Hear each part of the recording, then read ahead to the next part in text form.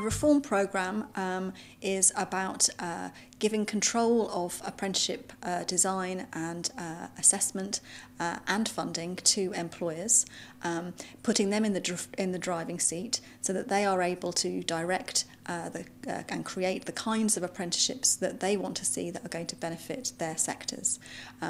The idea being that we will drive up the quality through giving employers control over the programme and thereby increase the quantity over time, so that we will get much greater penetration into the numbers of employers offering apprenticeships, so to shift us from the current scenario where we have between 10 and 13% of employers offering apprenticeships up to the levels of Germany where they offer 25% and in Australia where 30% of employers are engaging with apprenticeships.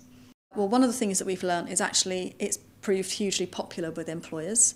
So we've engaged with over 1,000 employers over the course of the last year and a half who have shown great appetite for getting into the process and designing the kinds of apprenticeships that they want to see.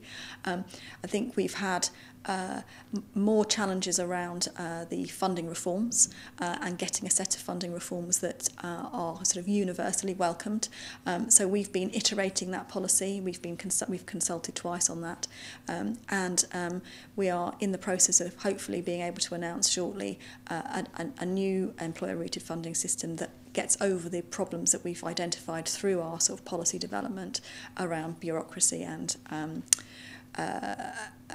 making sure that the thing works for small businesses as well as larger firms.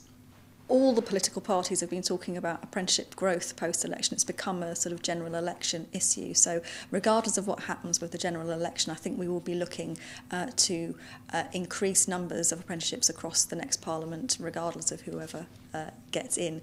I think there's a whole range of ingredients to apprenticeship growth. I think primarily quality is vital, so I don't think you will ever be able to grow an apprenticeship programme off the base of poor quality apprenticeships. I think as soon as poor quality kicks in, it discredits the programme and people start to drift away. So I think quality is a key element of that. Getting information, advice and guidance out to people about apprenticeships, making sure that people understand what the offer is, that it happens in all sectors, the kinds of opportunities that are available to people is another element of the reforms.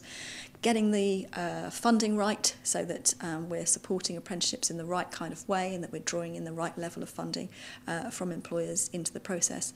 And the key features of the Trailblazer process are actually making sure that what's on offer to employers really genuinely meets their needs, because that's going to make them want to get into the programme because they think it's going to be useful to them in their businesses.